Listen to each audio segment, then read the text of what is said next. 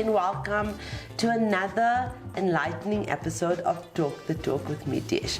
Okay, so today we will be reviewing the Ford Ranger with Nita Stadler. Therefore, we have an expert in studio to give us a few tips on motor-related topics.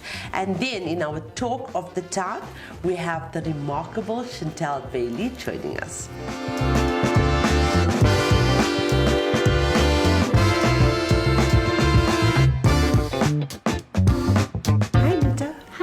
Thank you so much for joining us. Thank you for having me. Okay, let's talk about this bakkie.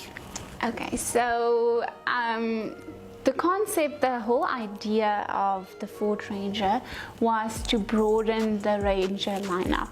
So it's available in a 4x2 and a 4x4 derivatives, and it has a lot of new features like the Ford Pass Connect, which is making its debut in the FX4.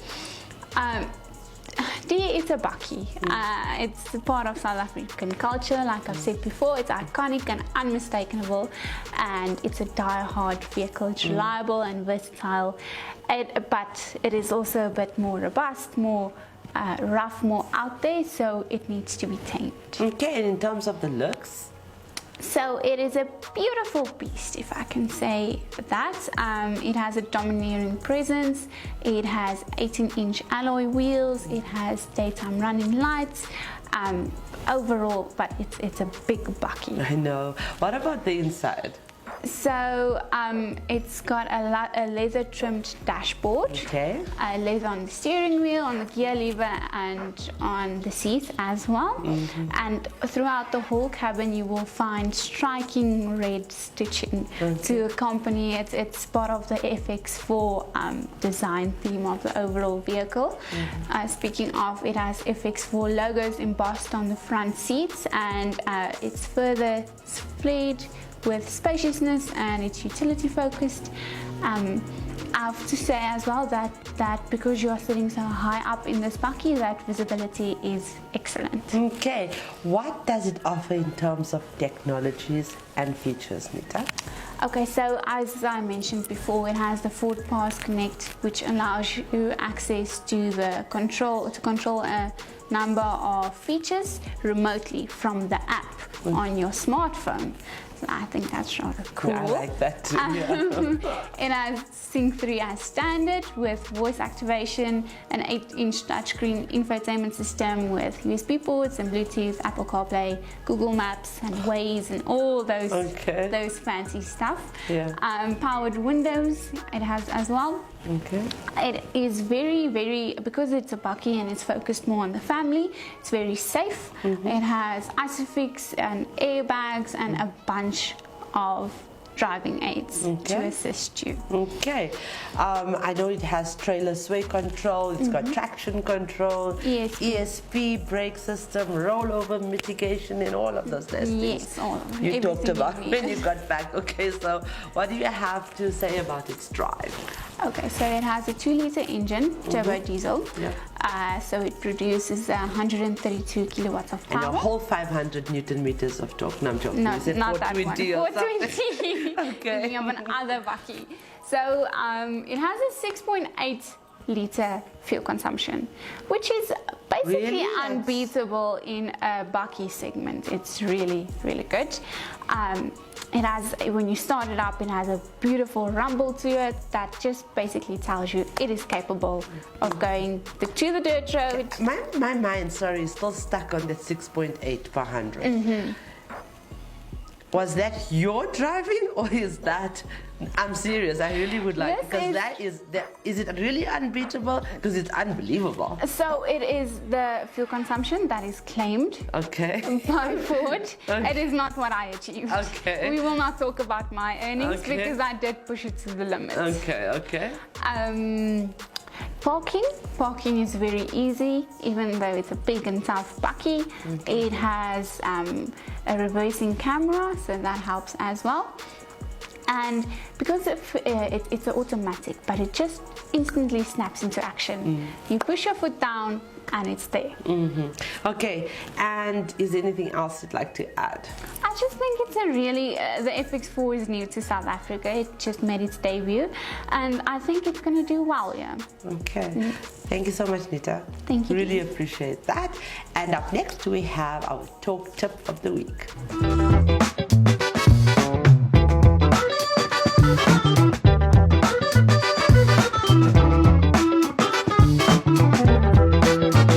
Next, we have our talk tip of the week, and this week Ashley Ross, our talk tip specialist, is here to tell us about motorists' contribution to pedestrian safety. Hi Ash. Hi Dee. Thank you so much for joining us. Well, thank you for having me, Dee. Okay, so Ash, let's elaborate a bit more about this topic in terms of motorists' contribution to pedestrians, yes. So Dee, it's important to know that pedestrian injuries increase every year. Whether you put a toe to the tar or travel with 2 or 4 wheels, our aim as road users is all the same. Get to your destination safely. Yeah, absolutely, yes. Urban areas and road junctions are the main locations where pedestrian accidents happen. And it is there where almost a quarter of injuries with children in particularly take place. Sure. That is so true, Ash, really. What can motorists do to contribute to pedestrian safety? Please tell us about that. Dee, I would tell our viewers, don't drive under the influence. It is a serious offence and will most likely lead to catastrophic situations. Yes. On average, about 15% of pedestrians who ended up in an accident occurred when a driver had an alcohol reading above 0.08. Consumption of alcohol affects your cognitive skills and causes slow reactions in coordination, warning, concentration, and visual as well as judgment impairment. So as well as slow and steady wins the race, and statistic proves that there is a drastic spike in road accidents with vehicles driving at speeds above 77 kilometers per hour. And I would say also be aware of your surroundings. Drivers are distracted by their mobile cell phones, but the other 76% of distractions, in terms of the research we did, driving cars, activities, this includes doing your makeup in car, in the car, and conversation with passengers, and the main sources of is also loss of focus whilst driving, right? And rear cross traffic alerts and all these fancy features do help aid with the potential pedestrian injury, but they are not enough. So don't depend solely on a rear view camera, as these can sometimes be inaccurate. So my advice would be to be extra cautious when driving in rain, hail and fog. Okay, and Ash, are there any other closing statements on this topic? Would you like to share that with us? Yes, dear, I would just say always be vigilant when you are on the road, whether it be walking or driving, and pay attention to your surroundings, not just for your own safety, but for those around you as well. No, absolutely, definitely. Thank you so much for joining us. And as I said before, these topics and we research this, we receive advice from experts in the industry. You have been working on this for over a year now, so thank you so much. We really appreciate it. And up next, we have our talk of the town. Stay with us.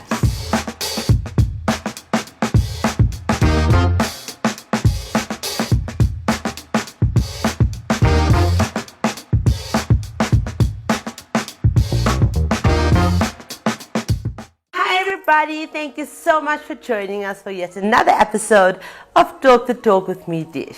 Today we have a friend and a colleague of which I personally invited to join me in studio. Chantal Bailie, the Group Marketing Manager of Motus, Ford, Mazda, Landrover and Volvo division. Yes, she represents all of these brands. Chantal displays an attitude of integrity and is a knowledgeable personality of whom invests everything that she has within her capability to her responsibilities, especially within her profession, in the marketing field.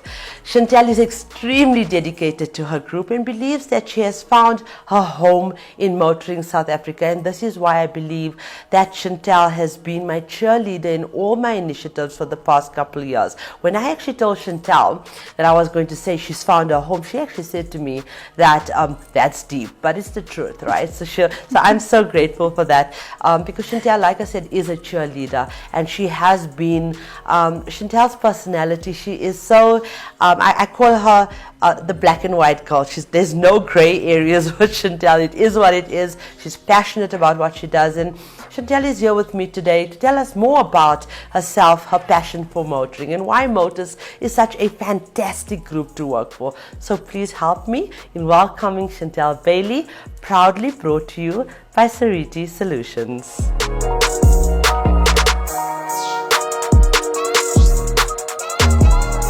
Hey Chantal. Hi Dish, thanks for having me. You're welcome. Thank you so much. Look, listen, you're supposed to be here last year already. So I'm really happy you found some time to join me in studio. Thank you. You're welcome. And you're looking lovely. Thank you. And I said that you are a black and white person for a reason, because there are no gray areas with you. It is what it is. This is what I need to achieve, and this is what we need to achieve, and this is how we get to it, and that's it, right? And what makes you this type of a person, Chantal? You know, Dish, I'm very analytical. I just always have been. And you wouldn't think that that really fits in with the marketing field, but it actually does. Yes. So I found a perfect home for my personality. I think so. Listen, you have, because the motoring industry is a tough place for some people, and maybe not for you, and that's what we're going to learn now, how to be a Chantal Bailie. But for me, it's been a tough industry as a journalist to enter, because I was actually the first Indian female motoring journalist in South Africa. So I had to create my own norms. I had to create my own identity. But there are marketing people in the motoring industry, and there are people in sales and all of the other departments. So tell us, firstly, you've been in the industry for 3 years now, and you are so passionate about what you do and your brands. So tell us, how did this all begin? Actually, I've been in the industry for longer than 3 years. I left the industry for a few years, but I started off in 2007 when I got a job at BMW. Okay. I just came back from the UK, and I got a job working as CRM manager in a BMW dealership. Okay. So obviously there I was responsible for all the marketing, public relations, event management for the dealership. And I left there in 2010. And I was out of the industry, but still in the marketing field for the time in between. And then in 2018, I started with Motus, Okay. which was Imperial at the time. Yeah. You are really, it's not just about your passion, but you dedicate a lot of time to achieve your goals. You target driven, I would say, right? Very much. So. Where does that come from, and what motivates you to be this way? I think I've always just been that way. I've always been very target driven and very goal orientated. I actually started out studying law when I left school. You'd be a good lawyer. I come from a family of lawyers, and it was just always what I wanted to do. Yes, And then I studied for 3 years. After school, I studied law, and then I decided to take a year off to travel, and ended up settling in the UK for 10 years. Wow. I studied another year of law over there, and then decided it wasn't what I wanted to do. And then when I came back, I just, by happy accident, ended up in the motoring industry. And another thing we've been talking about, so I've known you for more than 2 years now. We've never met, but we've spoken occasionally. And I called myself a parasite, because I'm like, I need your help, I need sponsorship, I need money, and that's when Chantal would say, okay, what do you need it for? Okay, what's my ROI, return on investment? Okay. And you've been, like I said, you've been a cheerleader for my initiatives, but I think you see deeper in terms of what I'm doing and what I'm trying to achieve. Why do you feel that women empowerment initiatives like this are important in the motoring industry? Now, I think the motoring industry gets quite a bad rep for being, quite male dominated, and it is quite male dominated. Although I think it's definitely moving in the right direction. Yes. With Motus, I must be honest, I haven't really faced challenges like that. Maybe not so much before, but with Motus, I haven't faced those challenges. And there are a lot of women in key positions within the Motus group. I'm going to say this right here, right now. Something I wanted to say many times, because I've had many Motus ladies here, but I want to say it now. Motus has been one of the groups that have supported me from day one of my career. From the time I've become a motoring journalist, Motus has I do the RADA, the Rape and Drug Abuse Initiative. I'm supported by Motus Nissan. I'm supported by Motus Select. I'm supported by Hugh, by Ford, and Motus. And we just went to Nelspruit last week doing the workshop with Motus Toyota and Lexus. So Motus is one of the groups, and as you said, and you've actually verified that Motus. You don't feel the domination. You don't feel that you need to fight for your right in the motoring industry, because you work for such a fantastic group. You do. So kudos to Motus for that. Really, really admirable. I love that. Chantal, what is your opinion about in terms of women taking their place? How do they, you are a strong personality, how can they overcome their challenges? In my opinion, and I don't know how popular it's going to be, but I think, women need to stop seeing themselves as victims or on the receiving end of male domination. I think, that's quite old-fashioned. I think women need to just step up, and I think if you step up and you work really hard, you'll get where you want to go, and you'll take your place. I'm going to again, you're bringing a lot of firsts to this show. I'm going to now debate that, okay? Because, or not debate that, but I'm just going to disagree. Maybe we should just agree to disagree. Let's see. But you are a strong personality. I've said that from the beginning of this interview, and you have what it takes to stand up. But there are women that doesn't have that strength or that inner courage to do that, and that's why we've created a platform like this to.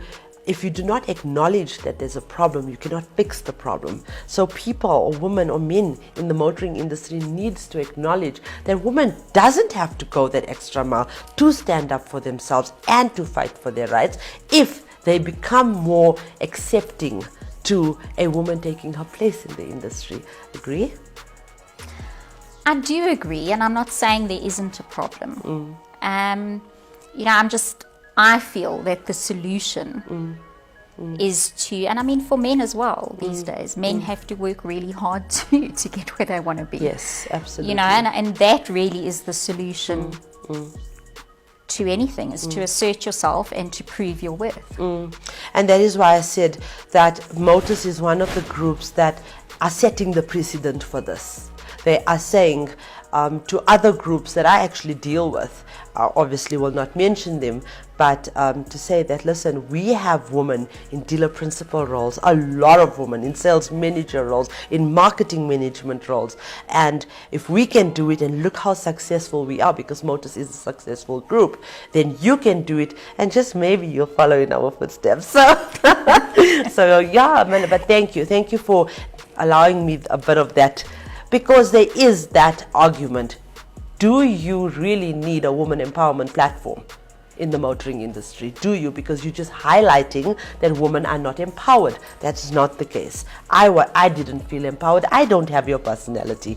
I say, and my closing statement is always that, okay, so I talk about, let them never say that you can't. Just do it. But I say it in a different way. But whatever the case might be, the question should never be who's going to let me. The question should be, it should be who's going to stop me. Exactly. So, the thing is, I would not have come up with that if I did not experience the people that tried to stop me. And there were many of those. Thank you for that. Okay, so again, Chantal, I brought you into studio to talk about your strengths. And you, for me, I believe you have a lot of strengths and you can help our viewers to navigate through situations. And COVID has been a difficult one for all of us. What advice could you give to women that are going through a tough time due to retrenchment or due to, I mean, that's happened a lot in the industry? How can they summon the courage to just move on and just to be strong? Desh, I draw my strength from very much from within, because I do believe you should be able to draw strength from within. But then, you know, I think especially for women, we draw strength from our families, from our partners, and very much also from the people around us. For me, my son is a huge source of strength for me. He's the most amazing kid and my biggest pride and joy. He's 22 now. Wow. And he's living in the UK.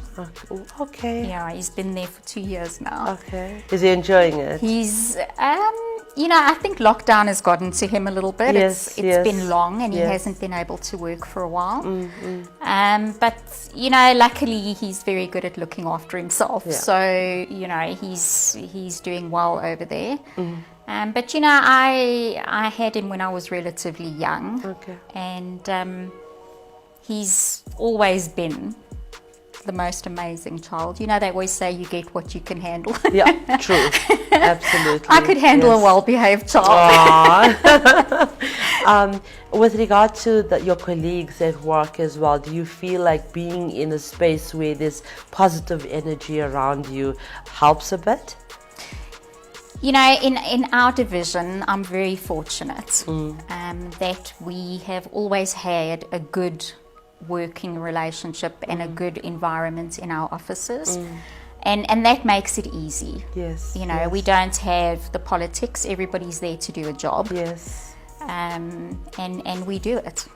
Yeah, I know. Like I said, I work with a lot of Motus ladies, and they love the group. They love the culture, and I think that it's about leadership. It's about where this is, because all of you come and you'll sit here and you'll say the exact same thing about the group and about the environment. So it must be coming from the top and from leadership. So it filters down from the top. Absolutely. If I sit here and I've got my staff as well on both sides, on all three of my companies, even if I do not filter the positive energy, and if I do not project the strength from within, and I'm not going to get the same reflection from my staff. So yeah. Chantal, you've obviously learned a lot of lessons in life regarding your work or home life, family, throughout the years. Is there anything that you'd like to share with our viewers in terms of life lessons? I think one of the things that I've learned, and one of the biggest things that will help you to get on in life, is don't take things personally. You know, you don't know why somebody reacts badly in a situation or why somebody does what they do, but you can only control how you react. And for me, I think I might have been a bit of a mess if I had taken things personally, especially in the motor industry. I think whether you're a man or whether you're a woman, it's a tough industry with some tough people, and I think you have to learn to not take things too seriously, and not take things personally. In terms of a male figure within because I always say I'm not a super feminist sitting right here, and I'm not here to batter or put men down, because it's actually the men in motoring South Africa that have opened so many doors for me. It's the men that have given me or afforded me the opportunity to move forward in my career. So are there any men in the Motus group that you truly look up to and you truly like to give a shout out to? There are, And I think, I don't know if I should name people. Yes, please do. Please do. I know there's Corne Finter. A lot of ladies came to sit here and came and spoke about him. And I've heard a lot about him. So I don't know who else there is. You know, I think our management, at top level management, Yes. I think the way that they run the company and deal with the staff and deal with issues, and I'm specifically speaking maybe about COVID now, which is a good example, and you know, just the way that they dealt with the situation in order to look after the interests of the staff. Yes. I think that was quite inspirational. And my boss, who's also gone to Lindsay Saker now, Michael, who hired Michael, me. yes, yes. Yeah, you know, in terms of helping me to move forward in the company and creating a fantastic working environment and leading by example. Lavon Davis, who's a very close friend of mine, reported to Michael. So yeah, she mentioned him on the show quite a bit. So that is why I am familiar with his name. But yes, what else would you like to add to this conversation in terms of inspiring and motivating young girls that would like to enter into this field? For young girls entering, again, I will say, be tough and, you know, just don't take things personally and just work as hard as you can. You know, I believe in hard work. Yes, yes. And I believe that hard work will always prove your worth and will always move you forward. What does Chantal like to do in her free time? What do we like I actually would like to know that personally. What does Chantal do for fun? For fun, we enjoy socializing a lot. We enjoy traveling, both within South Africa and abroad. My partner and I are both big travelers, and we've both traveled a lot separately and we've traveled together. Right.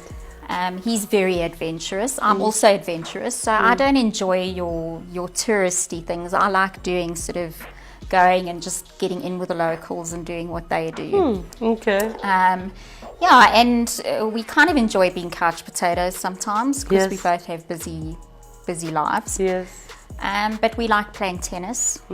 And yeah, and we like I like swimming very much. Me too.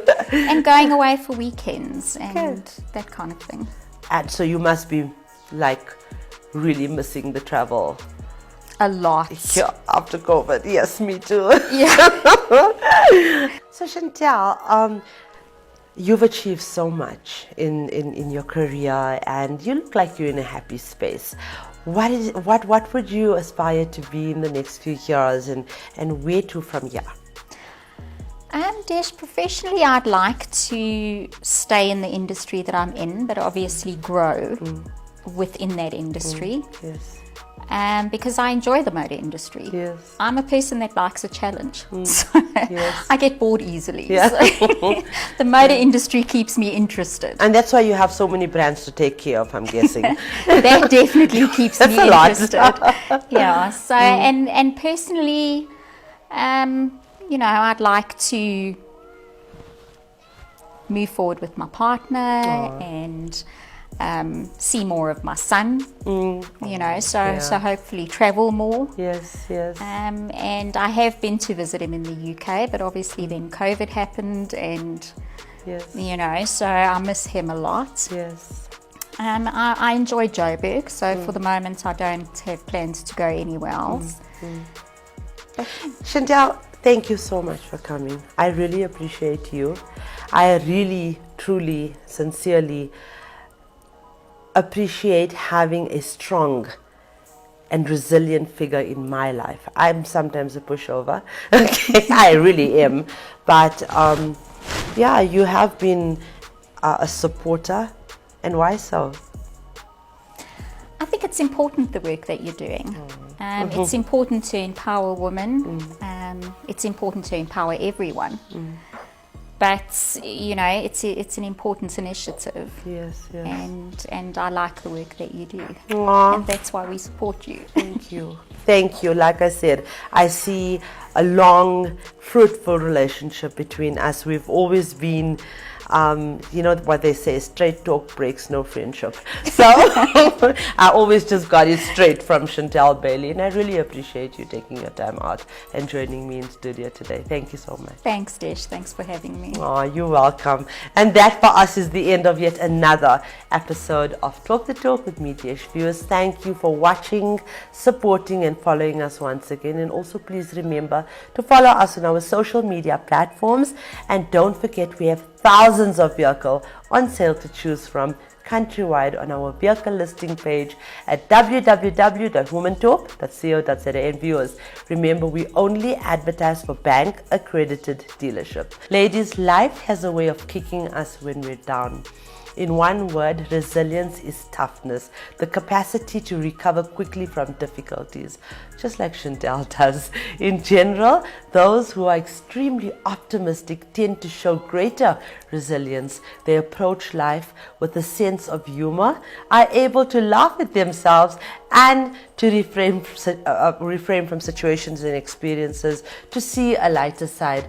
Resilient people also tend to have a strong moral compass or set of beliefs that cannot be shattered. Again, just like Chantal. Ladies, I urge you to see difficulties as stepping stones to transformation and try not to control every facet of your life. Instead, cultivate self-awareness and practice mindfulness. Remember, life doesn't get easier or more forgiving. We get stronger and more resilient. Tonight, I would like to motivate you to continue on your path of resilience by reminding you that the question should never be who's going to let me, should always be who's going to stop me.